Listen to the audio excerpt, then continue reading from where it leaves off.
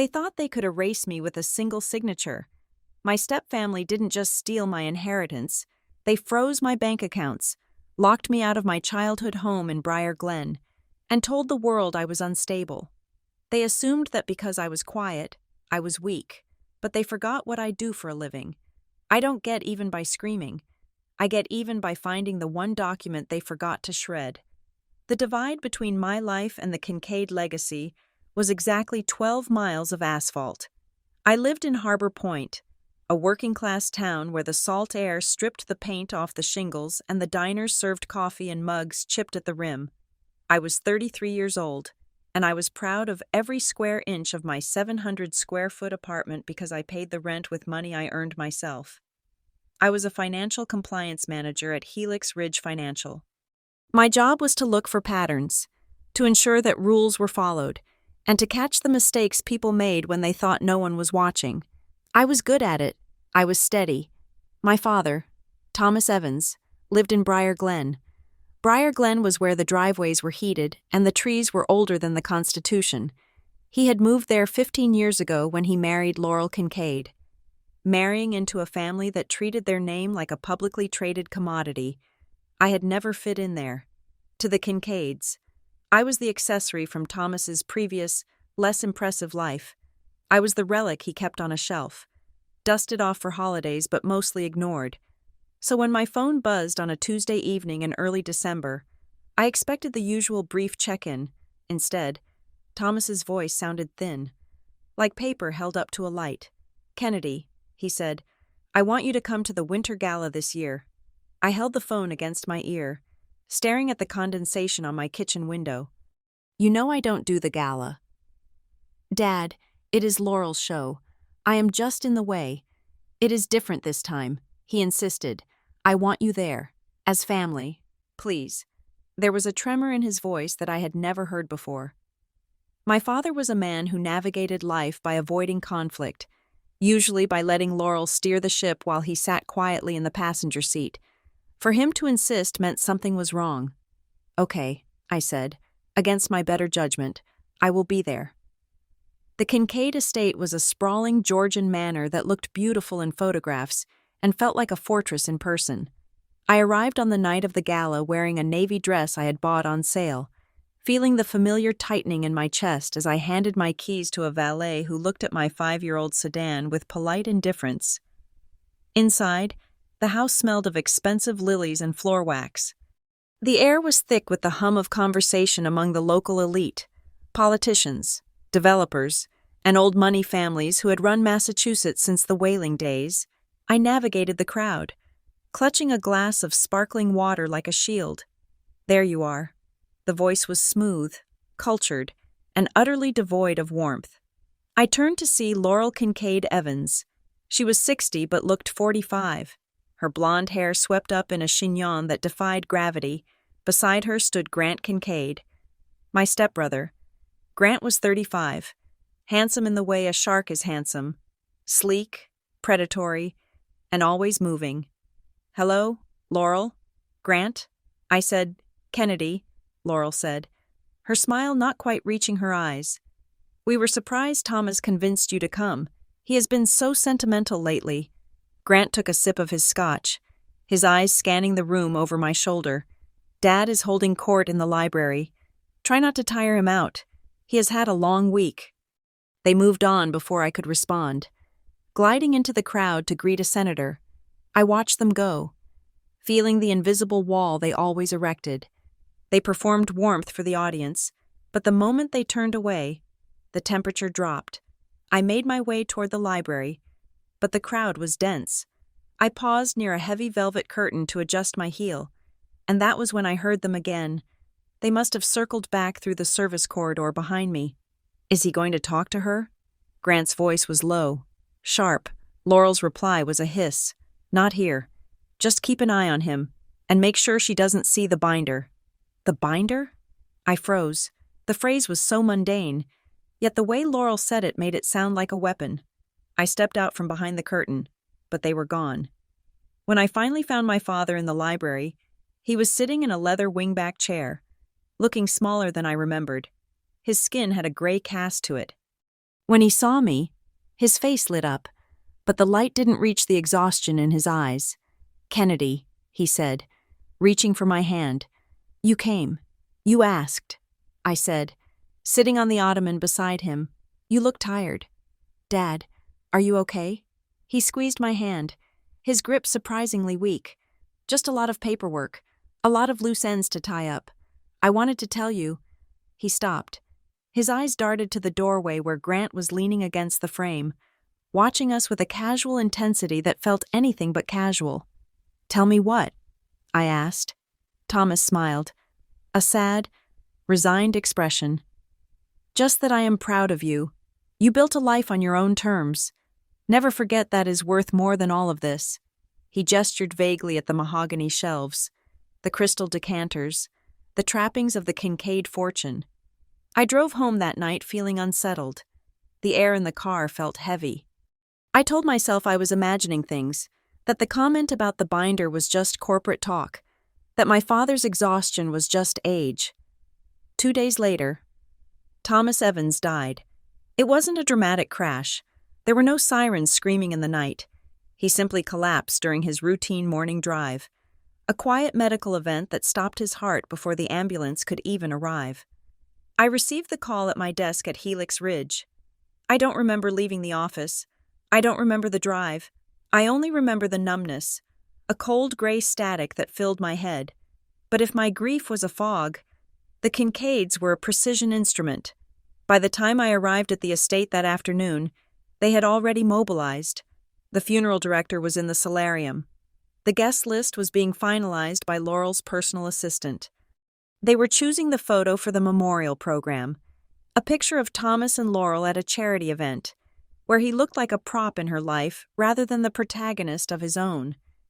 I walked into the kitchen, my eyes stinging. "Why wasn't I called sooner?" I asked. Grant looked up from a spreadsheet on the island. "We called you as soon as the doctor confirmed time of death. Kennedy, there was a lot to coordinate. We have shareholders to notify. The market reacts poorly to uncertainty." He was talking about stock prices while my father's body was still at the hospital. I sat in the corner of the room, watching them erase him. They weren't mourning. They were managing a crisis. I tried to insert myself, to ask for a different song at the service, to suggest a reading he actually liked. Laurel patted my hand. "We have it handled." "Dear," she said, "you just rest. You look overwrought." Overwrought. It was the first label they pinned on me. The funeral passed in a blur of black wool and damp umbrellas. I stood where they told me to stand. I shook hands with people who looked through me. I felt like a ghost at my own father's wake. The reading of the will took place 4 days later at the offices of Caldwell and Rusk LLP. The firm occupied the top 3 floors of a glass tower in downtown Boston. The conference room was vast, with a view of the harbor that made the boats look like toys. I sat at the far end of the table. Laurel and Grant sat together opposite the attorney. A man named Arthur Caldwell, who had polished silver hair and a voice like gravel wrapped in silk. I did not expect much. My father had always been clear that the Kincaid money was Kincaid money. But I expected something, an acknowledgement, a sentimental bequest, the small cabin in Vermont he had bought before he met Laurel. Arthur Caldwell opened the folder. He didn't look at me. "To my wife, Laurel, and the Kincaid Family Trust, Thomas leaves all interests, voting rights, and real property access, including the Briar Glen estate and all ancillary holdings," he continued reading, listing assets I didn't even know existed, all funneling into a trust controlled exclusively by Laurel. Finally, he turned a page and looked at me over his spectacles. "To his daughter, Kennedy Evans, Thomas leaves a transitional stipend of $50,000. $50,000. It was a significant amount of money, but compared to the estate, it was a rounding error. But it wasn't the amount that stung, it was what Caldwell said next. Disbursement of this stipend is contingent upon the beneficiary signing the attached non-disparagement and confidentiality agreement. He slid a thick document across the mahogany table. "What is this?" I asked, my voice steady despite the trembling in my hands. "Standard procedure," Grant said. leaning back in his chair. It just ensures family matters stay private. Dad wanted to protect the legacy. I picked up the document. I scanned the legal jargon. It wasn't just a privacy agreement. It was a gag order. It forbade me from discussing the estate, the business, or the family dynamics with anyone. It waived my right to contest the will. It waived my right to see the trust's financial statements. If I signed this, I wasn't just taking money. I was agreeing to disappear. I looked at Laurel. She was studying her manicure, looking bored. "Did my father write this?" I asked. "Did he specifically ask for a gag order on his own daughter?" "The language is standard." Caldwell repeated, "That is not what I asked." I said, "Kennedy," Laurel said, sighing, "don't make this difficult. Your father wanted you to be taken care of. This helps you get back on your feet. We know things have been tight for you. Things weren't tight. I was fine." But the condescension in her voice snapped something inside me. "I am not signing this," I said. Grant chuckled. A dry, humorless sound. "Don't be an idiot, Kennedy. It is free money. It is hush money," I said. I stood up. "I want to see the original draft of the will. I want to see the witness signatures. You will receive a copy of the final executed document in the mail." Caldwell said coldly, "If you do not sign the agreement within 30 days, the stipend is forfeited and reverts to the trust." I walked out. My legs felt like lead. But I didn't look back. I thought the refusal was the end of it. I thought I had made a moral stand and would go back to my quiet life. I was wrong. I had just declared war. And I didn't even know the enemy had already mobilized their troops. The next morning, I went to the grocery store. I had a cart full of essentials: coffee, eggs, laundry detergent. When I swiped my debit card, the machine beeped a harsh, flat note. Declined. I frowned. "Try it again," I said to the cashier. She swiped it again. Declined. I pulled up my banking app on my phone, my checking account, my savings account, even the small investment account I had started. All of them showed a status I had never seen before. Account under review. Freeze initiated. My heart hammered against my ribs. I stepped out of the line, leaving the groceries behind, and called the bank. "I am sorry. Ms. Evans," the representative said, "we received a notification of a legal dispute regarding a joint legacy account attached to your Social Security number. Until the litigation status is resolved, all associated assets are frozen." "What joint legacy account?" I asked. "I don't have a joint account. It lists Thomas Evans as the primary holder," the representative said. "They had linked me to an account I didn't know existed and used it to freeze everything I owned." I drove home, my hands shaking on the wheel. When I got to my apartment building, there was an envelope taped to my door. It was from my landlord. Notice to vacate. I read the letter in the hallway. It claimed that due to active litigation regarding financial fraud, I was now classified as a high-risk tenant, violating the morality clause in my lease. Active litigation, financial fraud. The words were heavy, damaging, and completely fabricated. But to a risk-averse landlord, they were enough. They were systematically dismantling my life. I needed to get my things, not from the apartment. I could fight the landlord later, but from the Briar Glen estate. My father had a box of my childhood photos, my mother's old jewelry, and my college diploma in his study. If they were erasing me, they would burn those too. I drove to Briar Glen. I pulled up to the iron gates, expecting to punch in the code my father had given me years ago. The keypad was dead. A black SUV was parked just inside the perimeter. A man in a gray uniform stepped out. The logo on his chest read, "Northgate Protective Services." "Can I help you, ma'am?" he asked. He wasn't aggressive, but he stood in front of the gate with a practiced solidity. "I am Kennedy Evans." I said, "This is my father's house. I need to collect my personal effects. I'm afraid I cannot let you in." "Ms. Evans," he said, "the property is currently in probate lockdown. No unauthorized access. I am family." I said, my voice rising. The guard looked down at a clipboard. He didn't look happy about it. He looked like a man who was just doing a job he didn't particularly like. "I am sorry, ma'am," he said quietly. "We were told to expect you. We have strict instructions. If you refuse to leave, I have to call the Briar Glen police. Told to expect me. They knew I would come. They knew I would try to find something to hold on to. I reversed the car, my tires spitting gravel. I felt a hot, burning pressure behind my eyes, but I refused to cry. Not in front of them. Later that afternoon, I went to the funeral home to pick up the final death certificates. One of the few tasks Laurel hadn't intercepted, likely because it was purely administrative. As I was leaving, I ran into Maren Holt. Maren was an old friend of my father's, a woman who had worked as the Kincaid Group's charitable liaison for 20 years. She looked wreck. Her eyes were red-rimmed, and she was wringing a tissue in her hands. "Kennedy," she whispered. "Oh, Kennedy. I am so sorry." "Thank you." "Maren," I said. She looked around the parking lot, checking to see if anyone was watching. She stepped closer, her voice dropping to a frantic hush. He was scared. "Kennedy, at the end, he told me—" "Scared of what?" I asked. "He said he made a mistake," Maren said. "He said he signed things he shouldn't have. He told me there was a second will. He said he wanted to fix it." "A second will?" My pulse spiked. "Where is it? Maren? Did he give it to you?" No, she said, shaking her head rapidly. "He just said he hid it. He said—" She stopped mid-sentence. Her eyes went wide, fixing on something over my shoulder. I turned.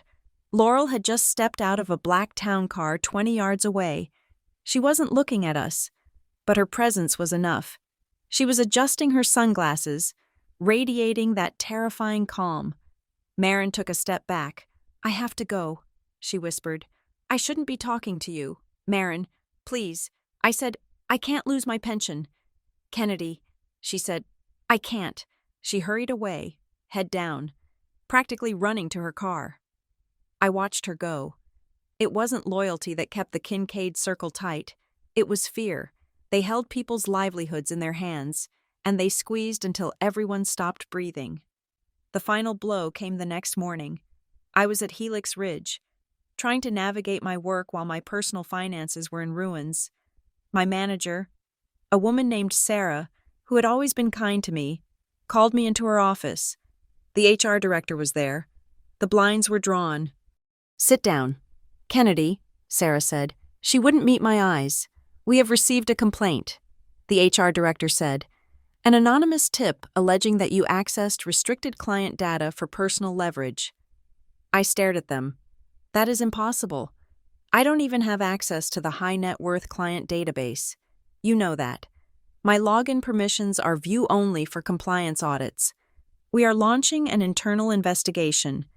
The director said, "Until it is concluded, we have to place you on administrative leave. Your access to the building is revoked effective immediately."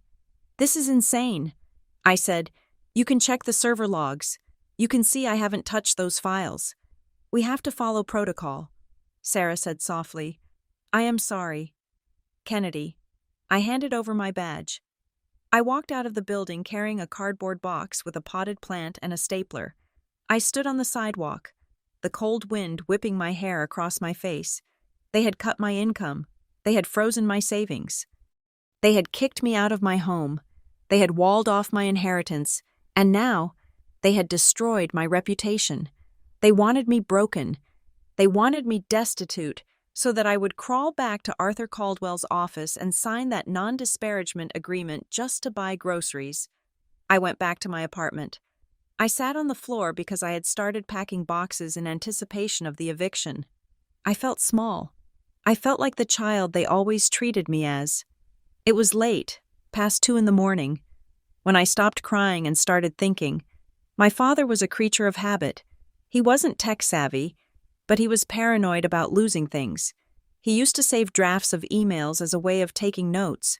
He said it was safer than writing things on paper that Laurel could find. I still had his old login. Years ago, when he broke his hip, he had given me the password to his personal email, not the Kincaid server, but his old Gmail account, so I could forward him his phishing newsletters. I opened my laptop. I logged in. The inbox was full of spam and promotional offers. I clicked on the drafts folder. Most of it was junk. half-written replies to old friends. But there, at the very bottom, dated 3 days before he died, was a draft with no recipient. Subject: if anything happens. I clicked it. My breath hitched. The body of the email contained only 2 words: check Larkspur, Larkspur, Larkspur Storage. It was a facility on the edge of Harbor Point, a place where people stored old furniture and winter tires. It was miles away from Briar Glen. It was exactly the kind of place Thomas Evans would go if he wanted to hide something from the Kincaids. I grabbed my keys. The drive was 20 minutes. The storage facility was a grid of orange metal doors under the buzzing hum of sodium floodlights. It was a 24-hour facility, automated and desolate. I didn't have a key, but I knew my father's codes. He used the same 4-digit PIN for everything. The year his father was born. I went to the main office kiosk. The night manager, a kid barely out of high school with headphones around his neck, looked up. "Can I help you?" "I am here to check on Unit 402. I said, "My father, Thomas Evans. Rents it. I just need to make sure the payment is current." He typed into the computer, "Evans, Thomas. Yeah, Unit 402. He squinted at the screen. "You don't need to worry about payment. The account was closed out yesterday." "Closed out?" I felt the ground tilt. "Yeah. Someone came in, cleared it out, paid the final balance and the locksmith fee." "Locksmith fee?" "Yeah. They didn't have the key, so they had us drill the lock. Expensive. But," the manager shrugged. "The check cleared." "Who paid it?" I asked. My voice was a whisper. He turned the screen toward me. "Billing entity. Kincaid Family Trust." I stared at the glowing letters. They knew. They knew about Larkspur. They had found the trail before I even knew there was a trail. They had drilled the lock, taken whatever was inside, and erased the evidence while I was picking out flowers for the funeral. I walked back to my car. I sat in the driver's seat and looked at the empty metal rows of the storage yard. They thought they had won. They had the money, the lawyers, the power, and the head start. They had left me with nothing, but they had made a mistake. By paying for that locksmith with a trust check, they had left a record. They had created a paper trail that linked the Kincaid Family Trust to a storage unit my father had secretly rented. I looked at the dashboard of my car. I had no job. I had no money. I had no home. But I was a compliance manager, and if there was one thing I knew, it was that people who moved this fast, who covered their tracks this aggressively, always missed something. They stripped me of everything to protect their fortune. I put the car in gear. Now, I was going to find out why. I needed a lawyer who wasn't afraid to get mud on their boots. Arthur Caldwell, the Kincaid family attorney, operated out of a glass tower where the air was filtered and the coffee was served in bone china. The woman I found, Celeste Marrow, operated out of a converted brick row house in South Harbor Point, sandwiched between a bail bondsman and a bakery that smelled permanently of burnt sugar. The sign on the frosted glass door read, "Marrow and Pike Legal."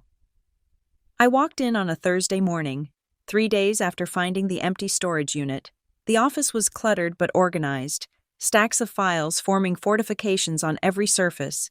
Celeste Marrow was behind a heavy oak desk, eating a bagel while reading a deposition. She was in her late 50s, with steel gray hair cut into a sharp bob and eyes that looked like they had seen every possible way a human being could lie. She didn't offer me coffee. She just wiped crumbs from her fingers and pointed to the chair. "So," she said, "you are the daughter everyone is talking about, the one who got cut out." "I am," I said, sitting down, "and I need to know if I can fight it." Celeste leaned back, the leather of her chair creaking. Fighting a trust structure like the one the Kincaids use is like trying to punch a ghost. It is designed to be airtight. They have layers of protection: LLCs, family limited partnerships, spendthrift clauses, legally. Your father had the right to leave his money to a cat shelter if he wanted to. Unless you can prove undue influence or lack of capacity, you are climbing a glass mountain in socks. I don't think he lacked capacity. I said, I think he was managed. And I think they made a mistake. I told her about the gala, the comment I overheard about the binder, the speed of the funeral arrangements, the pressure to sign the non-disparagement agreement. And finally, the email about Larkspur and the empty storage unit paid for by the trust. Celeste listened without interrupting. She didn't gasp or nod sympathetically. She just stared at me, her gaze sharpening with every detail. When I finished, she sat forward. "The storage unit is interesting," she said. "It implies urgency. People who are confident in their legal standing don't drill locks in the middle of the night. That has the smell of control. And in my experience, when people try to control things that tightly, they generate paperwork." She pulled a yellow legal pad toward her. "I can't promise you a win, Kennedy, but I can promise to be a nuisance. If they want to freeze you out, we are going to start turning up the heat." I retained her with the last $2,000 I had in a checking account that hadn't been frozen yet. It felt like throwing my last lifeline into the ocean, hoping it would pull back a boat. 2 days later, Celeste called me back to her office. Her desk was covered in documents she had pulled from the probate filing, public records that the Kincaids couldn't hide, even with their high-priced legal team. "Look at this," Celeste said, sliding a document across the desk. It was a spousal waiver. In Massachusetts, a surviving spouse has certain statutory rights to an estate, but this document waived the requirement for a detailed inventory of assets to be shared with other heirs. Essentially, it was a permission slip for Laurel to keep the estate's value a secret. It was dated 7 days before my father died. At the bottom was Thomas Evans's signature. I looked at it closely. It was his signature, the loop of the T, the sharp angle of the E. It looked exactly like the birthday cards he had sent me for 30 years. "It looks real," I said, feeling a sinkhole open in my stomach. Celeste handed me a magnifying glass. "Look at the pressure points." I peered through the glass. "When a person writes naturally," Celeste said, her voice clinical, "the ink density varies. You press harder on the downstrokes, lighter on the upstrokes. It creates a rhythm on the paper. Now look at that signature. The ink density is perfectly uniform from start to finish. There is no variation, no hesitation, no acceleration. I saw it. The line was flat, consistent, almost robotic. It is not a cartoon forgery." Celeste said, "It is not someone tracing over a light box. This was likely done with an auto pen or a digital stylus that mimics a saved signature. Corporate executives use them for signing bulk checks or routine contracts. But this isn't a routine contract," I said. "It is a waiver of rights." "Exactly," Celeste said. "And legally, an electronic or auto pen signature can be valid, but only if the signor explicitly authorized its use for that specific document. If your father didn't know this was being signed, it is fraud." "But how do we prove he didn't authorize it?" "We find the metadata," Celeste said, "or we find the person who pushed the button." While Celeste hunted for paper trails, my own career was dissolving. I was still on administrative leave from Helix Ridge Financial. Every morning, I woke up in my apartment, instinctively reaching for my phone to check work emails, only to remember I was locked out. The silence was deafening. I had built my identity around being the reliable one, the one who followed the rules. Now, I was a suspect. The HR investigation was dragging on. They claimed my login history was mysteriously incomplete, suggesting I had wiped my tracks after accessing the restricted client data. I sat at my kitchen table, staring at my personal laptop. I knew I hadn't done it, but the Kincaids' gaslighting was so total, so pervasive, that I had started to doubt my own memory. Did I click on something by accident? Was I tired that day? No. I slammed my hand on the table. I was a compliance manager. I didn't make accidental clicks. I started digging through my personal cloud storage. I kept backups of everything, not client data, but my own performance reviews, training certificates, and presentation decks. I was looking for a presentation I had given 4 months ago on data silos and risk management. I found the file. I opened the slide deck. Slide 12 was a screenshot of the internal dashboard, used to demonstrate user interface limitations. I had taken the screenshot from my own workstation to show what a Manager Level 2 profile looked like. I zoomed in on the navigation bar in the screenshot. There, grayed out and unclickable, was the tab for high net worth client data. The timestamp on the screenshot was August 14th. The HR complaint alleged I had accessed the data in November, but my permissions hadn't changed in that window. I had never had the right or view access they accused me of abusing. The system was physically incapable of letting me do what they said I did. I felt a surge of vindication, followed immediately by cold anger. Someone at Helix Ridge had to have manually altered the logs or fabricated the complaint to make it look possible. The Kincaid's reach extended into my office. I was about to email the screenshot to my personal attorney, not Celeste, who handled the estate, but a labor lawyer I was trying to find, when a notification popped up in the corner of my screen. New email. Sender. Unknown. Subject. Eyes open. I clicked it. The body of the email was sparse. You are looking in the right place. Don't trust Marin. Attached was a single image file. I opened it. It was a photograph taken from across the street. It showed me walking out of Marrow and Pike Legal, clutching my folder, looking down at the sidewalk. The timestamp was from 2 days ago. I dropped the mouse. I stood up and walked to my window, peering through the blinds.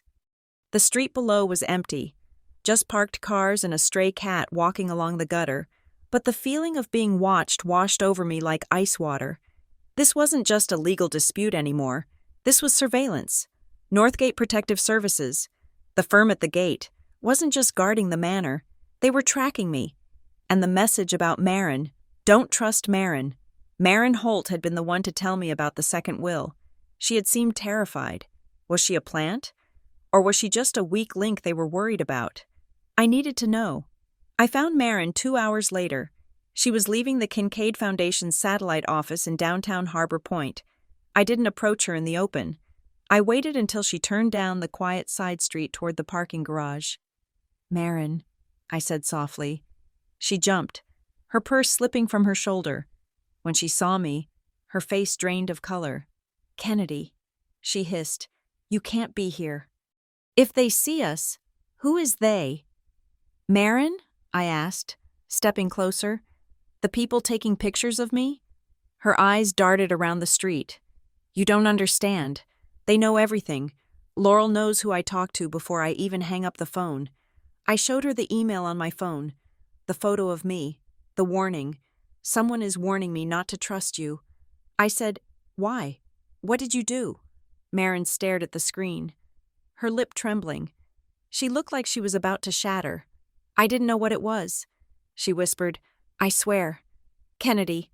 Laurel just handed me the envelope the morning of the funeral. She said it was urgent legal correspondence for Arthur Caldwell. She told me to drive it into the city and hand-deliver it to him personally. What was in the envelope? I don't know. It was sealed. But what?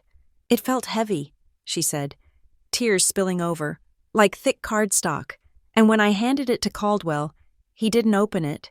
He just nodded and put it in his safe. He said, tell Laurel the continuity is preserved. Continuity. Marin grabbed my arm. Her grip was desperate. I am 62 years old. Kennedy, I have worked for that family for 30 years. My entire retirement is tied up in their private pension fund. If I speak out, if I lose this job, I have nothing. I can't be brave like you. I can't afford it. I looked at her. I saw the terror that the Kincaids relied on. They didn't need loyalty. They just needed leverage. I am not asking you to be brave. Marin, I said gently, I am just asking you not to lie if a judge asks you a question. I walked away before she could answer. I didn't hate her. I just pitied her. When I reported this to Celeste, she moved fast. We are filing an emergency petition to preserve evidence, Celeste said. We are going to cite the spousal waiver anomalies and the witness testimony. I won't name Marin yet, but I will allude to a witness regarding the delivery of documents. We need an injunction to stop them from destroying any more of your father's records. She filed the motion that afternoon. The response from Caldwell and Rusk came the next morning. It wasn't a legal rebuttal. It was a character assassination wrapped in pleading paper. They accused me of harassment during a period of profound bereavement.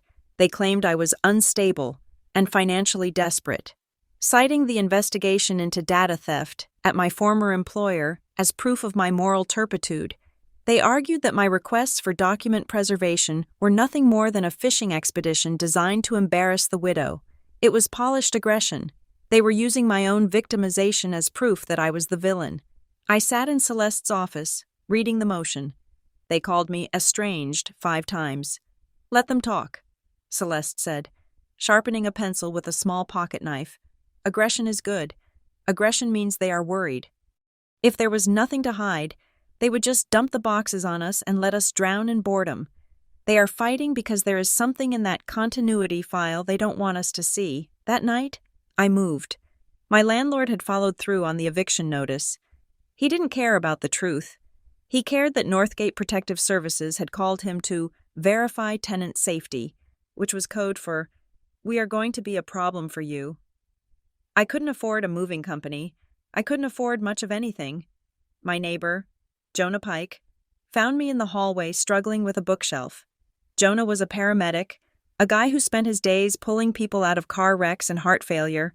He was 35, divorced, and possessed the kind of calm that only comes from seeing the worst things imaginable and realizing the sun still comes up. He wasn't related to Celeste Pike.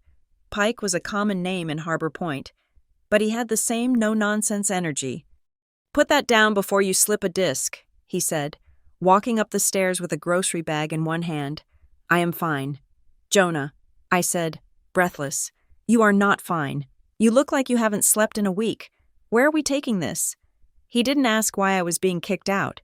He didn't ask for the drama. He just put down his groceries, rolled up his sleeves, and picked up the other end of the bookshelf. We spent the next 4 hours moving my life into a studio apartment 3 blocks away.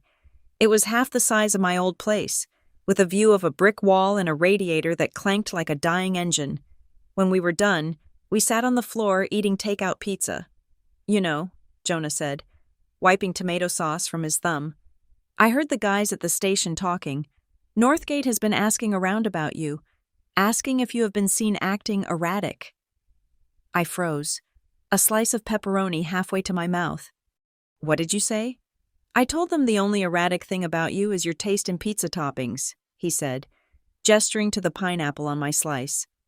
I smiled, but it was weak. They are trying to build a case that I'm crazy, so that if I challenge the will, they can say I am delusional. Jonah took a sip of his soda.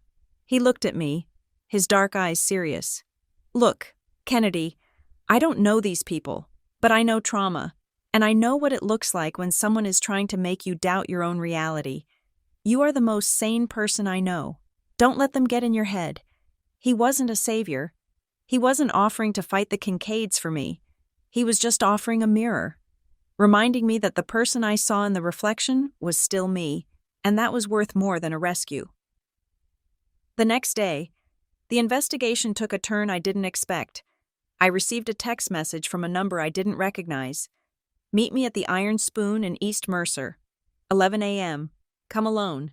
W.S. W.S. Willa Sutter." I knew the name. Willa had been a rising star in the Kincaid Group's compliance department about 2 years ago. Then she had vanished. The official story was that she had moved to California for a startup. I drove to East Mercer. It was a grittier town than Harbor Point, a place where the factories had closed 20 years ago and never reopened. The Iron Spoon was a diner with fogged windows and sticky laminate tables. Willa was sitting in a booth in the back. She looked different than I remembered. Thinner, harder. She wore a hoodie pulled up over her hair. When I sat down, she didn't say hello. She just slid a sugar packet back and forth between her thumbs. "I heard what they did to you," she said. "The eviction, the bank freeze. It is the standard playbook. You know about it?" I asked. "I wrote part of it," she said. "Or at least, I saw the drafts." Willa looked up. Her eyes were tired. "I wasn't fired. Kennedy, I didn't move to California. I was terminated for cause after I flagged a series of transactions that didn't make sense, and Grant Kincaid personally handled my exit package." "Grant?" I asked. "He sat me down in a room with no windows," she said. "He put a severance check for 6 months' salary on the table, and next to it, he put a file containing photos of my sister, who was in rehab at the time. He didn't threaten her. He just said, "We want to make sure your family has the stability it needs during this difficult time. It would be a shame if external stress caused a relapse." I felt a chill run through me. That was Grant, the smile that hid the knife. "What did you find?" "Willa?" I asked. Why were they so scared? "Rookvale Holdings," she said. The name meant nothing to me. "Is that a shell company?" "It is a dumpster," she said. "The Kincaid Group is a prestige brand. They can't show losses. They can't show bad debt. So when a deal goes sour, a development that stalls, a loan that goes bad, they don't write it off.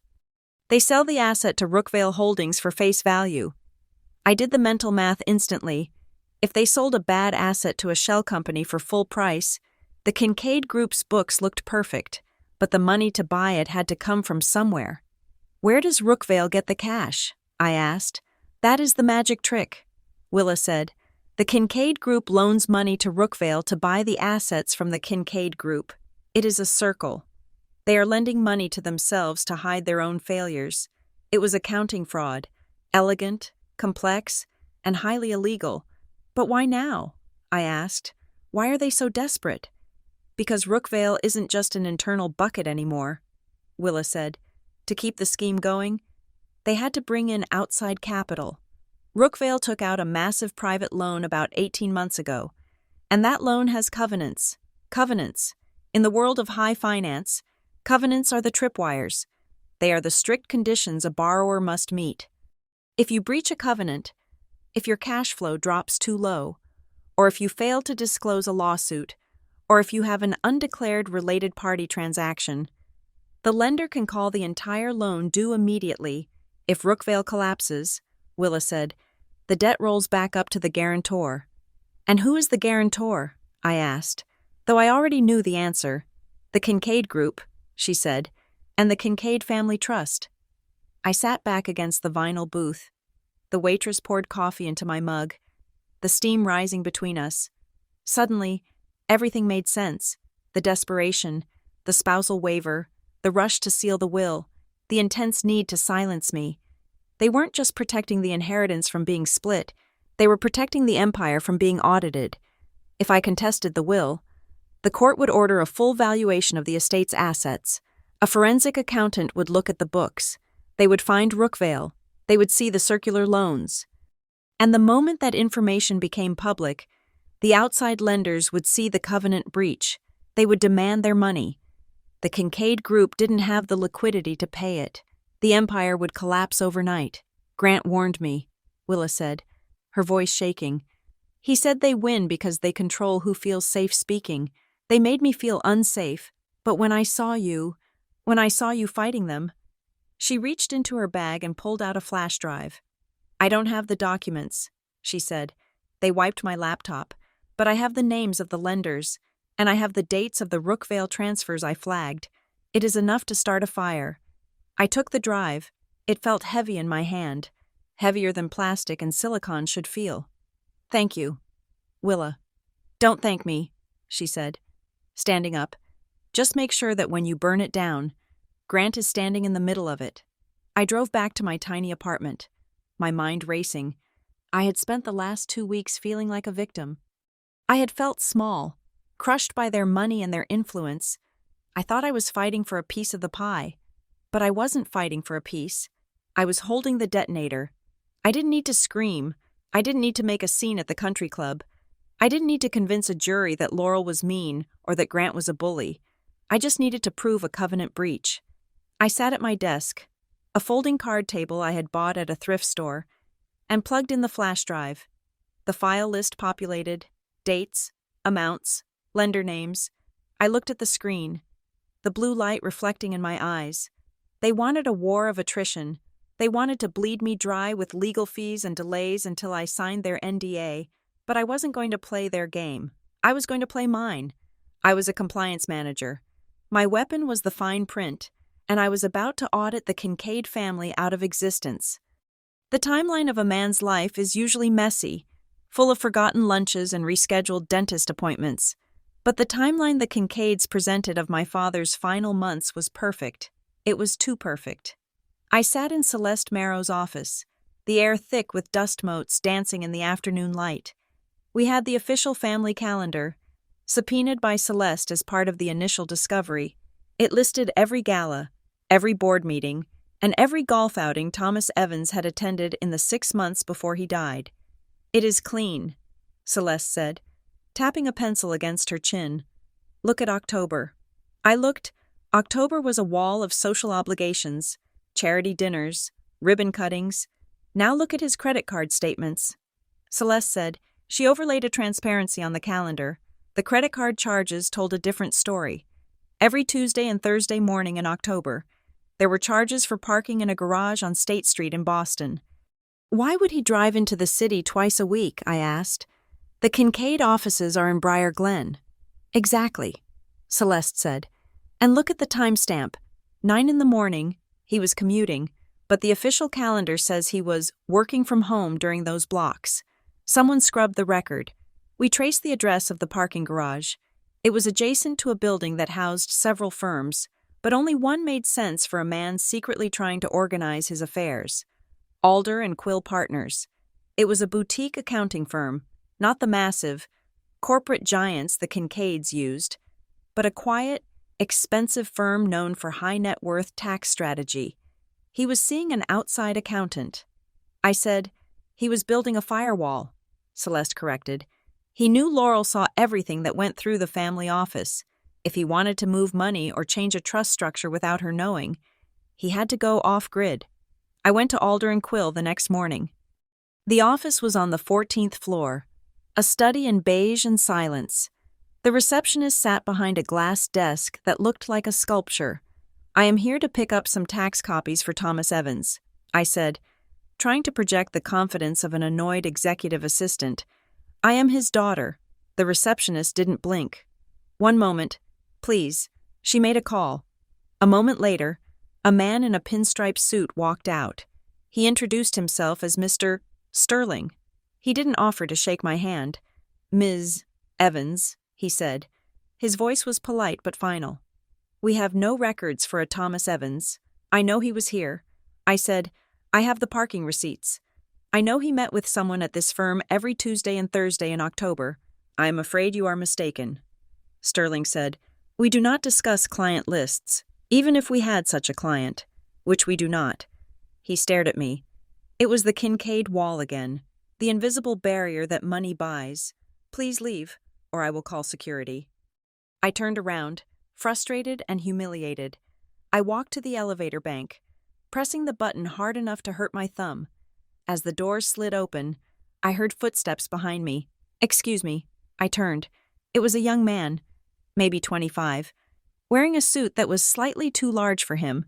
He looked nervous, checking the hallway behind him. "You dropped this," he said. He held out a plain white business card. "I didn't drop anything." I started to say, but his eyes were wide, pleading. "Just take it," he whispered. "Please." I took the card.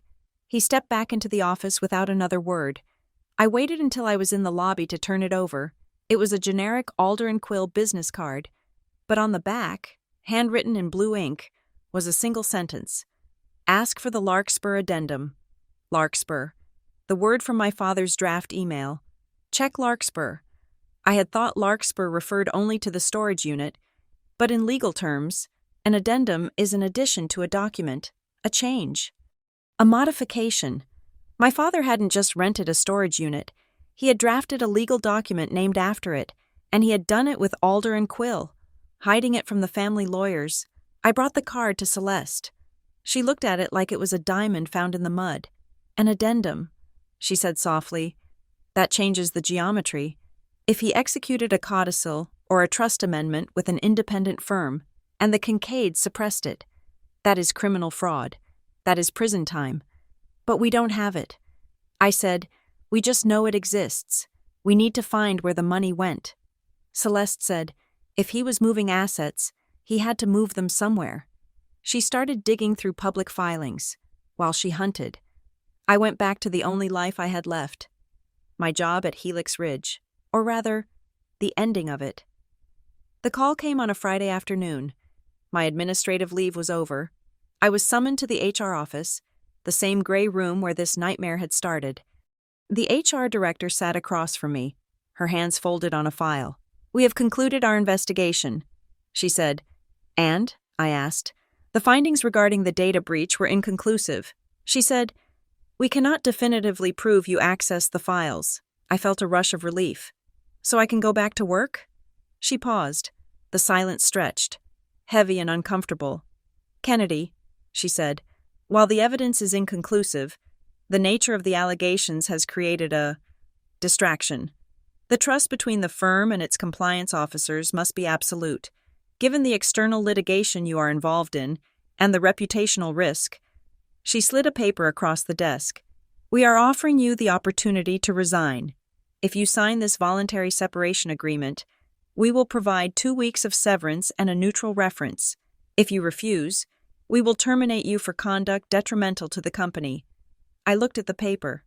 They weren't firing me for what I did. They were firing me for who I was fighting. The Kincaids had made me radioactive. I looked at the HR director. I saw the shame in her eyes. She knew this was wrong. She knew I was a good employee. But she also knew that the Kincaid Group did millions of dollars of business with Helix Ridge's investment arm. I picked up the pen. I didn't argue. I didn't cry. I just signed my name. I walked out to the parking lot carrying my box of personal items for the second time. I sat in my car, the engine cold, and then I broke. It wasn't a cinematic scream.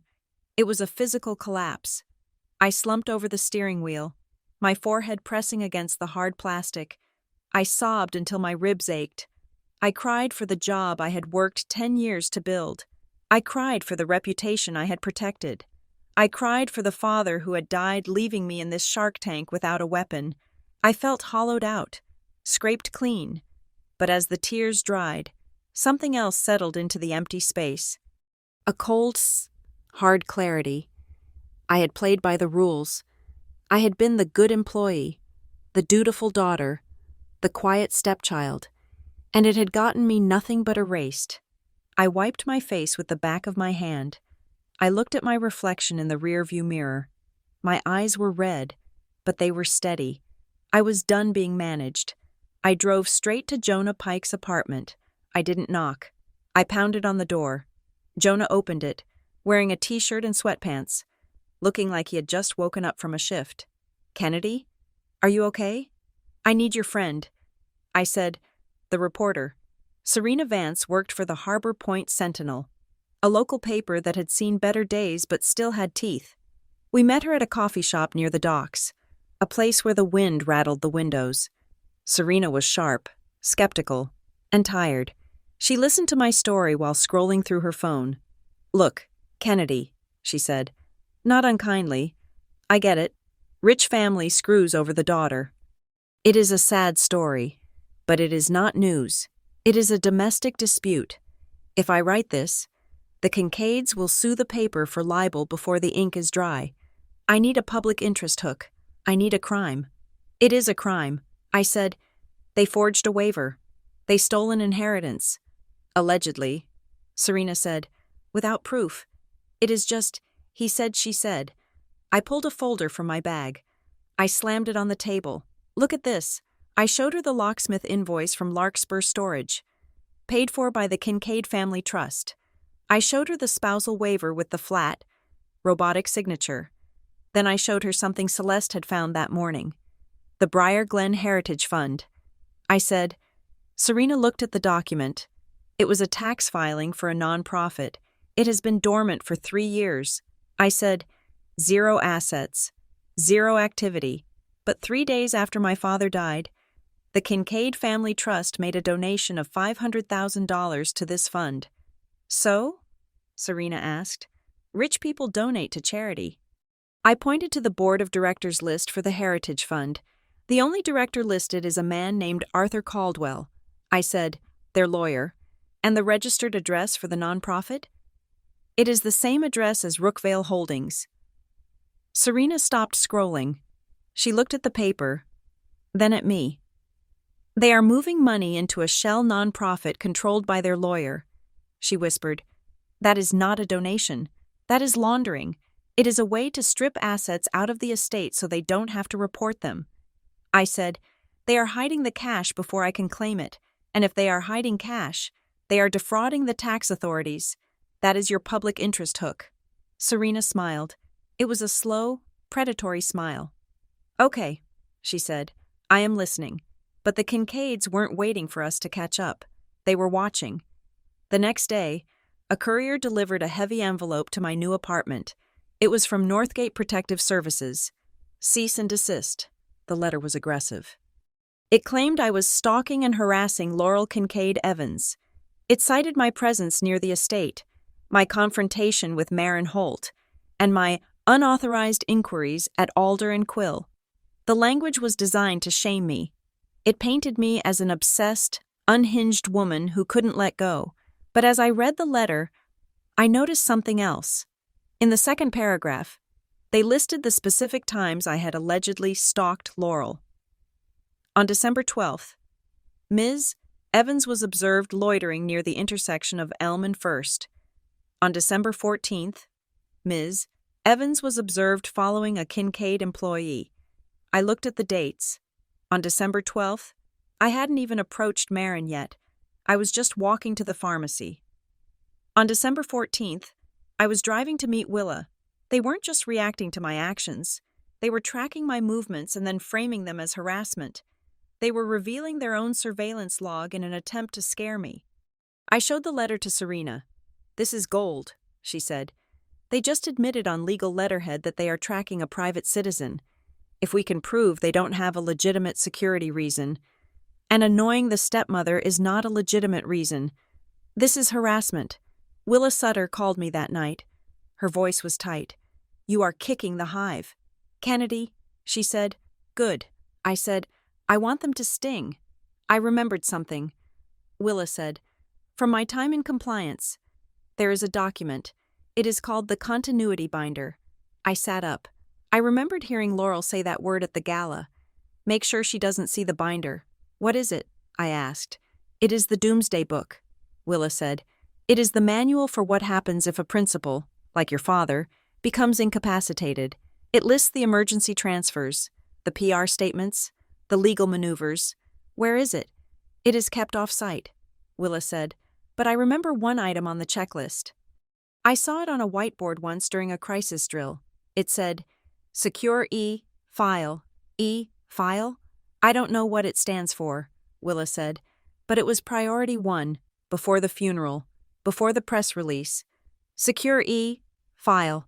I took this to Celeste. She paced around her office, muttering, E, File, estate file, electronic file, evidence file. She stopped, or, she said, the Evans file. She went to her computer. If there is a physical file that is so dangerous it has to be secured immediately, they wouldn't keep it at the house, and they wouldn't keep it at the Kincaid offices where a rogue employee like Willa might see it. Where would they keep it? I asked. Caldwell and Rusk, Celeste said. The law firm. But here's the catch. Law firms have strict retention policies. If they destroy a file, they have to log it. If they hide it, they have to privilege it. But there is another player, Celeste said. She pulled up a corporate organizational chart she had been building. Vesper Lane Strategies. I read the name. It sounded like a hedge fund. They are a crisis management firm, Celeste said. High-end fixers. They handle reputation defense, private intelligence, and sensitive logistics. The Kincaids have paid them a retainer of $20,000 a month for the last decade. If the ENA file contains something illegal, like the original will or the Larkspur addendum, they wouldn't give it to a law firm. Celeste said, lawyers have ethical obligations. Theoretically, fixers do not. We need to find someone at Vesper Lane. Serena Vance was the one who found her. She used her sources at the paper to find a former executive assistant named Priya Noland, who had left Vesper Lane abruptly 3 months ago. Priya was working at a flower shop in a neighboring town, a quiet life far away from corporate crisis management. We went to the shop. It smelled of eucalyptus and damp earth. Priya was arranging roses. When she saw Serena, whom she recognized from the news, she stiffened. I am not talking to the press. Priya said immediately. I signed an NDA. We are not here for a quote, I said. Stepping forward, I am Kennedy Evans. Priya stopped moving. She looked at me, her eyes widening. Oh, she said softly. You know who I am? I asked. Everyone at Vesper Lane knew who you were, she said. Your photo was on the wall in the war room. Target 1. The words hit me like a physical blow. Target 1. To my father. I was a daughter. To them. I was a target. Priya, I said, they stole everything from me. My home, my job, my father's legacy. I know they used Vesper Lane to move documents. I know about the E-file. Priya looked at the door. She looked at the security camera in the corner. I can't, she whispered. They are dangerous. I know. I said, they are following me too. But if we don't stop them, they win. They keep doing this to people. Priya looked at her hands. She was trembling. I was the night desk coordinator, she said, her voice barely audible. The night your father died. The call came in at 3 a.m. It wasn't Laurel. It was Grant. What did he say? He said, initiate protocol. Priya swallowed hard. A courier arrived at the office an hour later. He brought a package from the Kincaid estate. I was told to log it as marketing materials. But the package, it wasn't marketing materials. What was it? It was a blue legal folder, she said, and I was told to relabel it and send it immediately to Arthur Caldwell at the law firm. I was told to backdate the log to make it look like we had received it a week earlier. Did you do it? I asked. I did, she said. I was 24. I was scared, but it felt wrong. I knew a man had just died, so before I sealed the new envelope, I took a picture. My heart stopped. You have a picture? Priya reached into her apron pocket and pulled out her phone. She scrolled back through her photos, past pictures of flower arrangements and her cat. Here, she held out the phone. The image was grainy, taken in the fluorescent light of an office mailroom. It showed a blue folder lying on a scale. The label on the folder was handwritten in black marker. Larkspur, Addendum, and below it, a sticky note that Priya must have captured by accident or on purpose. Do not scan. Hand deliver to Caldwell safe. I stared at the image. The proof was right there. The Larkspur Addendum wasn't a myth. It was a physical document. It had been in the house when my father died. Grant had sent it to Vesper Lane to be laundered, and Vesper Lane had sent it to the lawyer to be buried. This proves they had it, Celeste said, looking over my shoulder. And it proves they moved it after he died. That is spoliation of evidence. That is obstruction of justice. Can you send this to me? I asked Priya. She hesitated. If I send it, they will know it came from me. They will know eventually, I said, but if we use this right, their empire collapses before they can come after you. Priya looked at me. She saw the resolve in my face. She pressed send. My phone buzzed. I looked down at the screen. I had the picture. I had the smoking gun. My father had tried to leave a path. He had created an addendum, likely restoring my rights, or perhaps exposing the fraud at the company, and they had buried it, but they hadn't burned it. That was their arrogance. They kept it because they were terrified that one day they might need it, or because Arthur Caldwell needed leverage over the family.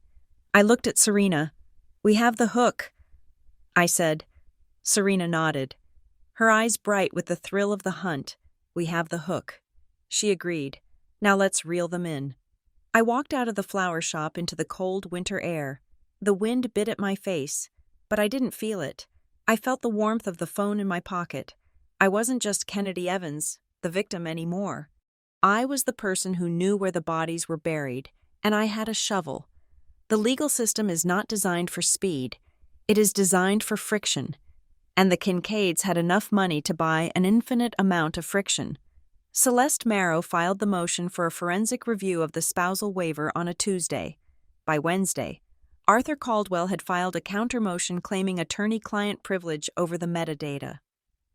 By Thursday, Laurel's personal counsel had filed a brief characterizing my request as the desperate flailing of a grieving daughter unraveling under the weight of her own instability. They were not just fighting me in the courtroom, they were fighting me in the grocery line, at the gas station, and on the sidewalks of Briar Glen. I went to the Copper Kettle for coffee, a place I'd been going to since high school.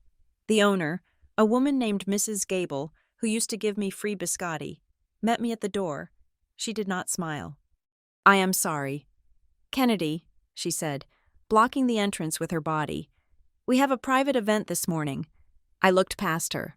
The cafe was half empty. There was no signage for an event.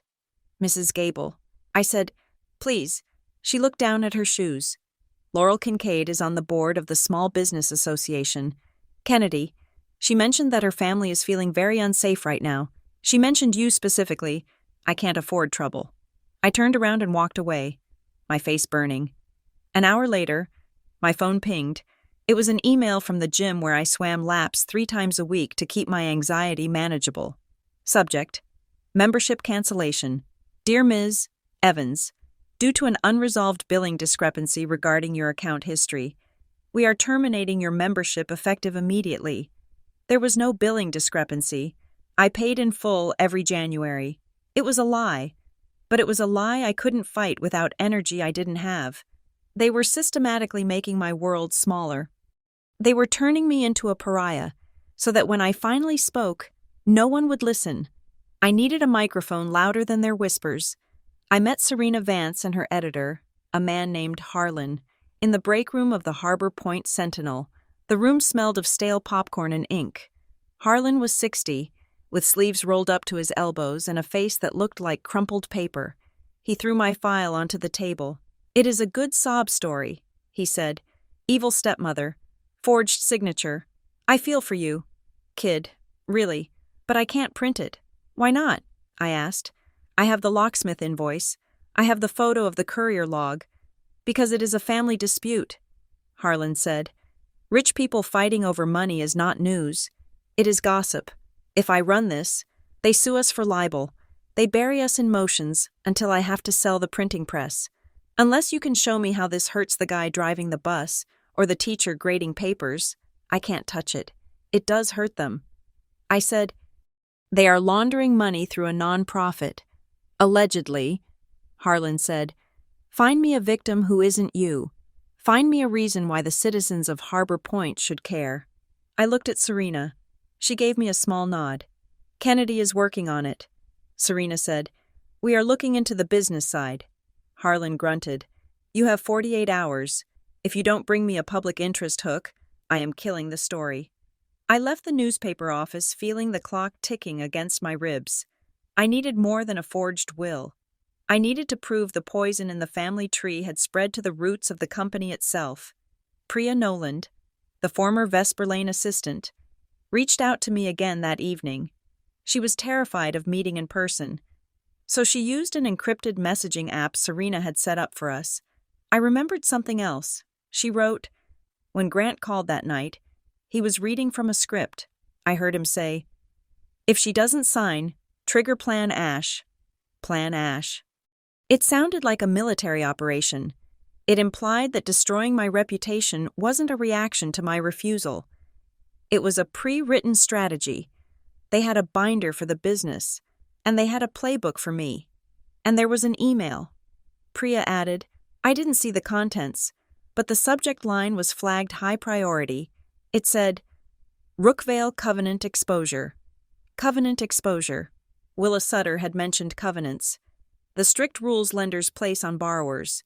If the Kincaids were worried about covenant exposure, it meant they were close to the edge. They weren't just greedy, they were insolvent. I called Willa. "I need to talk to someone inside." I said, "Someone who knows the numbers." Willa hesitated. "There is a guy, Elias Mercer. He is a mid-level finance manager. He handles the debt schedules. He is a good man. Kennedy, he has 3 kids. He is terrified. Get him to meet me." I said. Willa arranged the meeting for 11 o'clock at night in the parking lot of a 24-hour laundromat in West Mercer. It was raining, a cold, miserable drizzle that slicked the asphalt. Elias Mercer was sitting in a gray sedan, the engine running.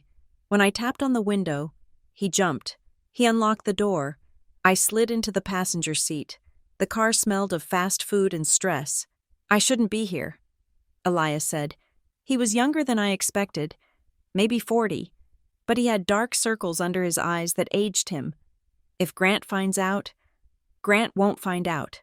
I said, I am not here to hurt you. Elias, I am here because I think the ship is sinking, and I think you know where the holes are. Elias gripped the steering wheel. He didn't look at me. It is not sinking, he said softly. It is already underwater. We are just breathing through a straw. Tell me about Rookvale, I said. Elias let out a shaky breath. Rookvale is just the bucket. The real problem is the debt structure. The Kincaid Group runs on short-term revolving credit. We have to renew our lines every 90 days. And the covenants? I asked. Strict, Elias said. No undisclosed related party transactions, no pending litigation above $5 million, and we have to maintain a loan-to-value ratio on our flagship assets. Which assets? Baystone Plaza, he said. I knew Baystone Plaza. It was the massive redevelopment project on the waterfront. Luxury condos, retail space, a marina. It was the jewel of Harbor Point. The mayor had called it the future of the city. What about it? I asked. The valuation is fake, Elias whispered. The bank thinks it is 80% leased. They think we have tenants lined up for every storefront. And you don't? We have empty shells, Elias said. We have letters of intent from companies that don't exist. We are puffing up the value to keep the loan-to-value ratio healthy.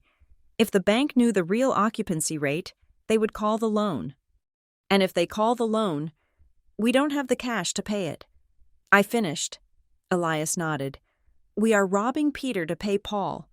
But Paul is getting suspicious. I stared out the windshield at the spinning dryers in the laundromat window. My father knew. Didn't he? I asked. Elias turned to look at me. His eyes were wet. Thomas started asking questions in October. Elias said, he asked for the lease agreements for Baystone. He asked to see the tenant verification forms. He wasn't aggressive about it. He wanted to see the truth. And what happened? Grant cut off his access. Elias said, he told us your father was confused, that he was having cognitive episodes. But Thomas wasn't confused. He was horrified. I felt a cold clarity settle in my chest. They didn't cut me out of the will because they wanted the money. They cut me out because if I inherited my father's shares, I would have voting rights. I would have access to the books. And I would have found the fraud that my father died trying to stop. They needed my silence to keep the loan alive. Is there proof? I asked. Is there a document that shows the fake tenants? Elias hesitated. Then he reached into his jacket pocket. He pulled out a folded piece of paper. This is a memo, he said.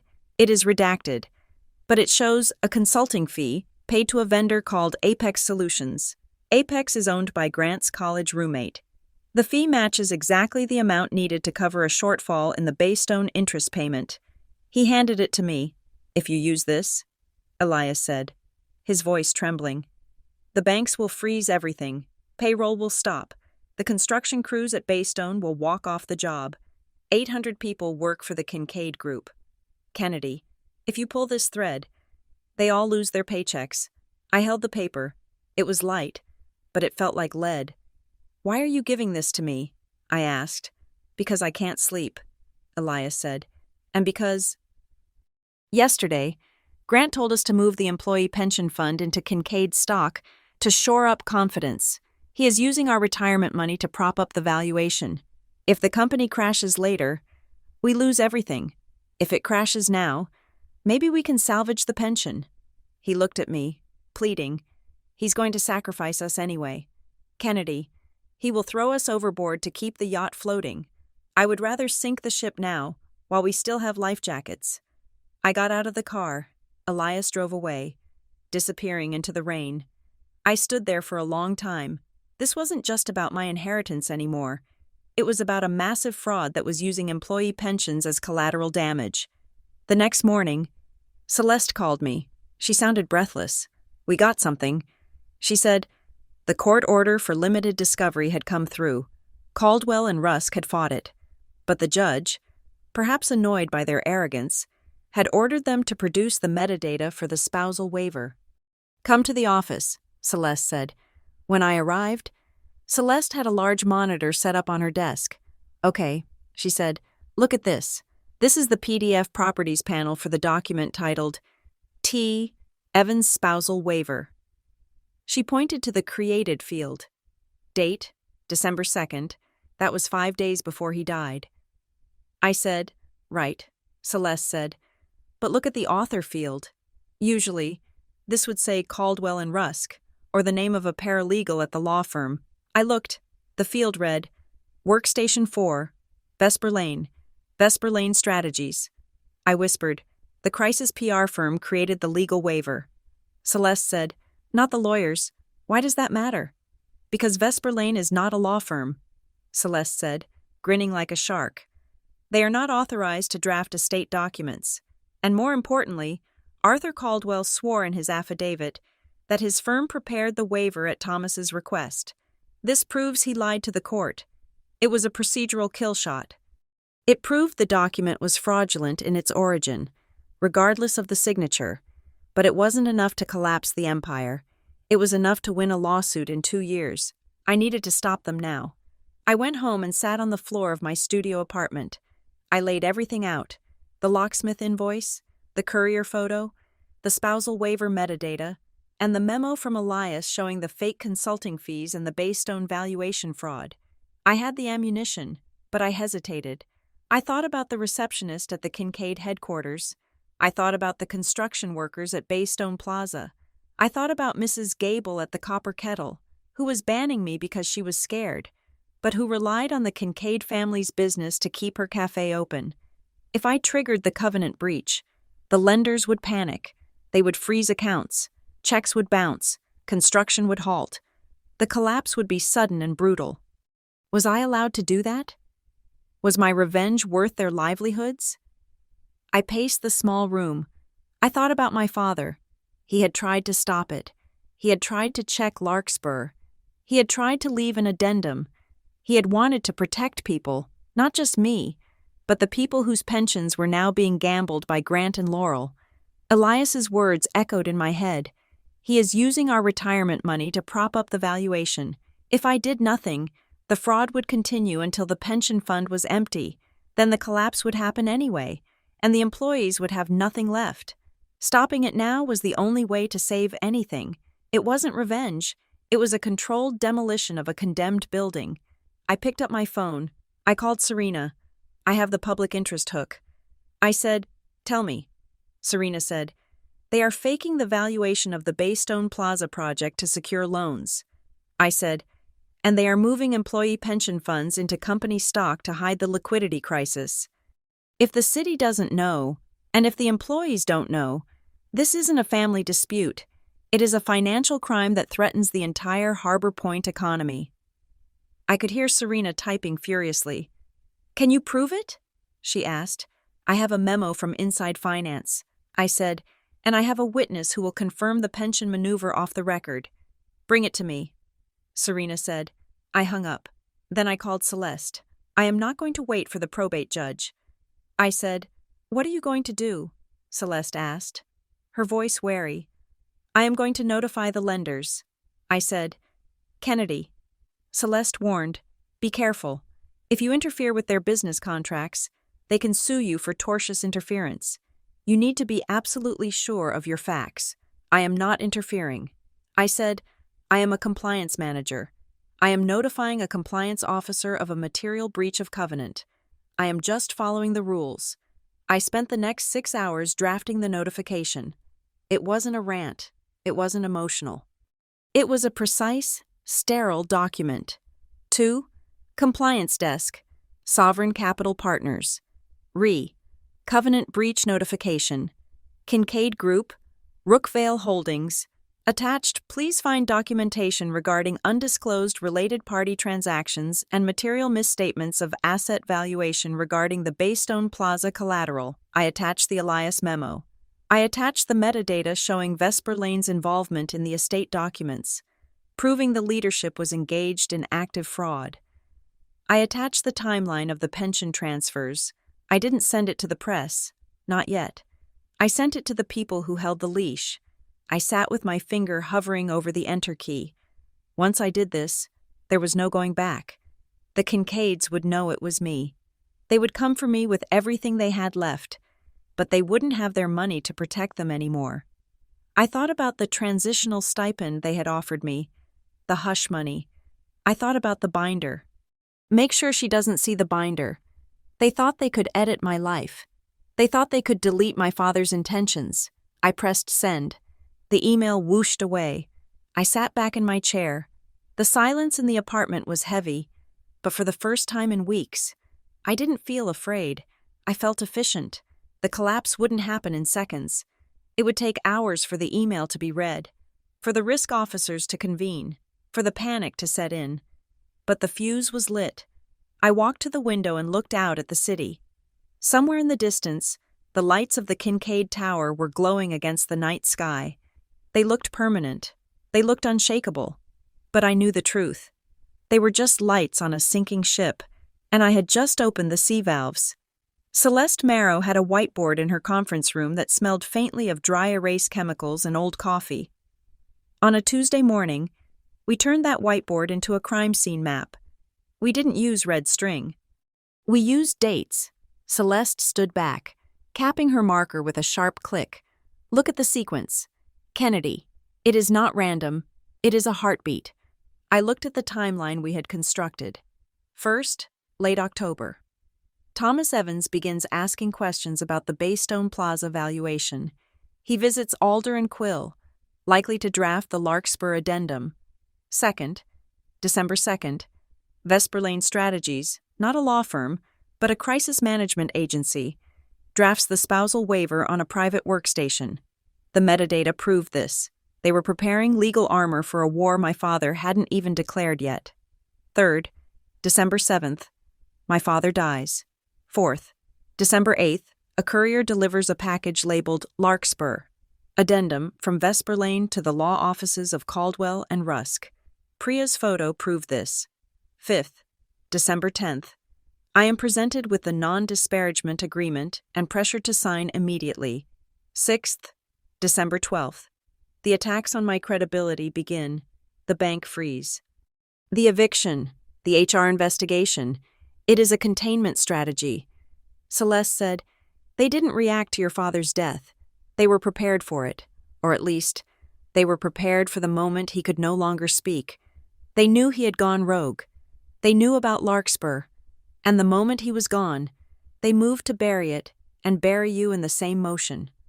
I sat at the table, staring at the dates. It was clinical. It was precise. It was exactly the kind of risk mitigation strategy I used to design for companies. Only this time, the risk being mitigated was me. They treated me like a liability. I said, like a loose wire that needed to be cut, and now we are going to short-circuit the whole board. Celeste said, but we needed more than a timeline. We needed public pressure. Serena Vance met me that afternoon at a park bench near the harbor. The wind was whipping off the water, cold enough to numb my face, but Serena looked heated. I got a source, she said, not bothering with a greeting. Inside Northgate? I asked. A former shift supervisor, Serena said. He was fired for drinking on the job. So he has an axe to grind. But his story checks out. He admitted that Northgate has a premium service tier called Reputation Containment. Reputation Containment. It sounded like a janitorial service for scandals. It includes physical surveillance, digital monitoring, and what they call active discouragement, Serena explained. That means feeding negative information to employers, landlords, and social circles. He confirmed they had a file on you starting 2 weeks before your father died. 2 weeks before, they were watching me while he was still alive. I realized they were assessing my threat level. This is the hook. Kennedy, Serena said, tapping her notebook. A wealthy family using a private security firm to stalk a private citizen and sabotage her employment? That is not an inheritance dispute.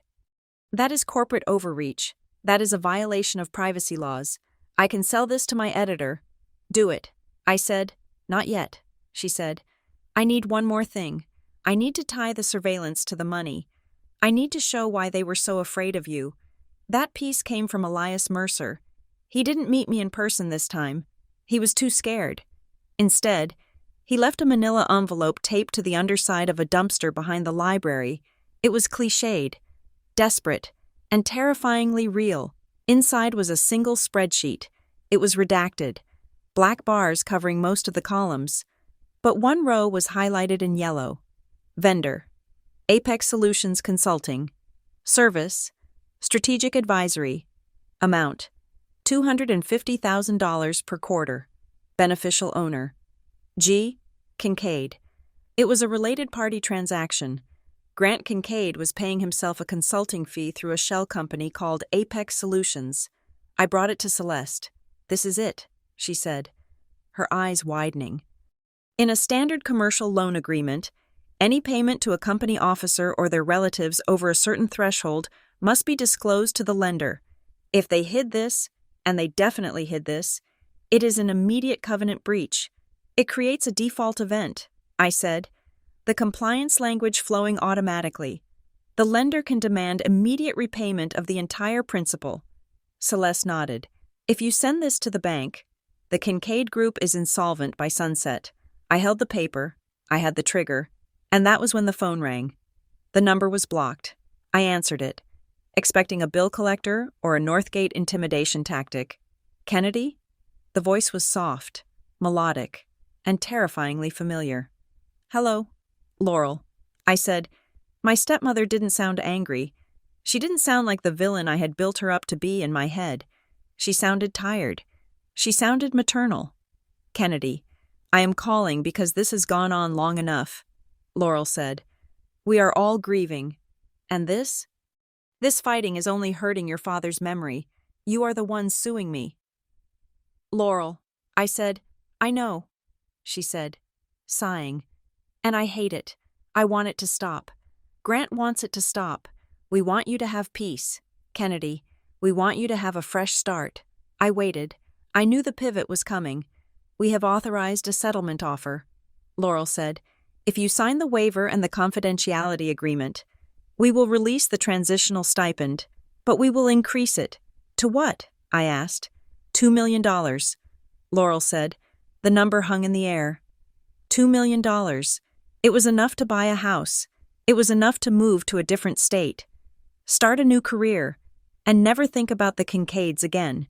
It was freedom, tax-free, structured as a gift. Laurel continued, her voice soothing. "You can leave Harbor Point. You can stop worrying about rent. You can stop fighting. Isn't that what you want? To just be done?" I closed my eyes. God, I was tired. I was so tired of the cheap apartment, the cold radiator, the fear of being followed.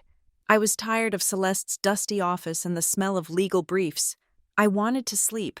I wanted to wake up and not have to be a soldier. "Think about it, Kennedy," Laurel said. "You don't have to be our enemy.